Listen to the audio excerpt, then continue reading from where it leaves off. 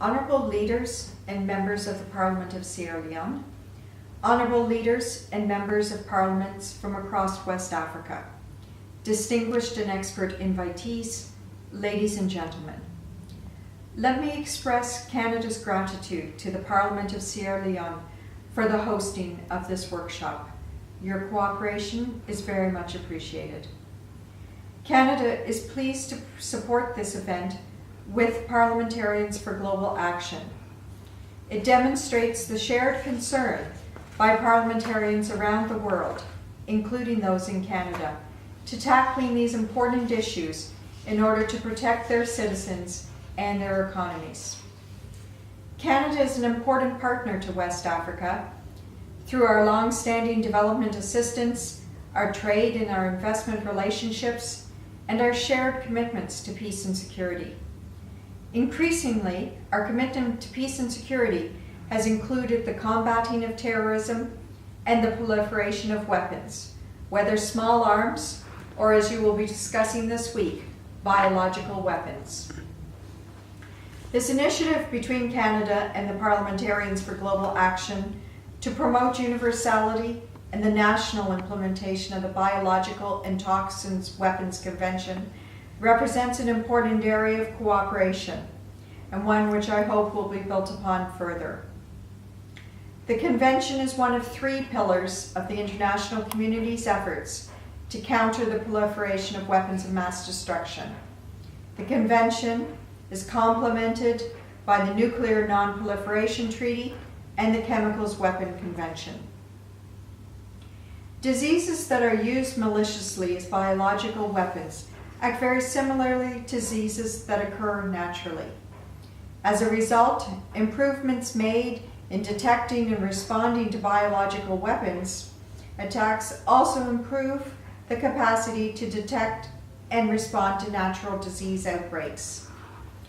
Diseases and biological weapons can be used to not only attack humans, our communities, families, but also livestock and crops. The economic effects can be devastating, and the economic health and security of a state and of the global economy is deeply dependent on population health. All states are potentially at risk, and all can benefit from joining the convention. Unfortunately, there is a growing risk that biological weapons may be obtained and used by non-state actors, including terrorist groups. Many pathogens of concern, including Ebola and Lassa fever, are endemic in the West Africa region, increasing the risk the non-state actors will seek to acquire biological agents here. Compared to other weapons of mass destruction, biological weapons can be relatively easy to develop, to transfer, and to conceal. Wider membership of the convention will ensure that there are fewer places where bioterrorists can work with impunity. Joining the Biological and Toxin Weapons Convention is a step that all states can take to help reduce the threat of terrorism. In this context, a strong global partnership is required at the health security interface, that broad area that exists between the spread of natural and deliberate disease, and where the interests and activities of two very different sectors, health and national security, intersect and align. The engagements of ministers of health, of agriculture, those responsible for national security, as well as parliamentary leaders and other authorities, are all important to developing an effective health security interface. Such multi-sectoral cooperation is rooted in the mutual recognition that the tools, infrastructures, and capacities to accomplish both health and security objectives are the same, although the motivations, for example, combating natural disease versus preventing or detecting a deliberate biological attack, may differ. Canada's threat reduction program supports a wide range of activities designed to strengthen biological security, biosecurity, and biological safety, biosafety, and to enhance the capacity of partner countries to prevent, detect, and respond to biological threats, whether naturally occurring, accidental, or deliberately caused.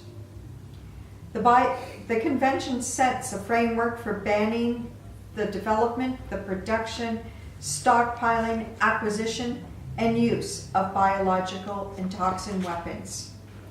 And the Convention also provides a useful avenue for providing assistance and cooperation through the Implementation Support Unit of the BTWC and through state parties.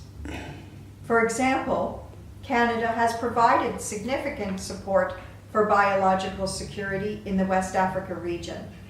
Such assistance includes nearly $8 million for Ebola-related support in West Africa, and security and capacity buildings to upgraded biological laboratories in Nigeria and Ghana. The support from our threat reduction program complements other initiatives in the areas of global health and development that help strengthen disease surveillance. For example, our work in Benin over many years. I'd like to thank you for taking the time out of your schedules to turn your attention to this important initiative.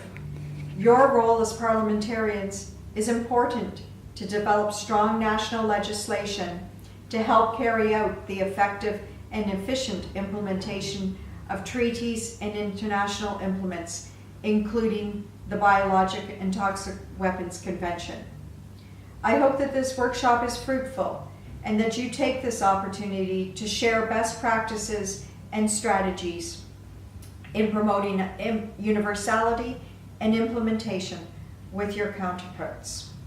I wish you a very successful workshop, and I look forward to hearing of its outcomes, as well as to see the advances in legislative frameworks from parliaments across the region. Best wishes. Thank you.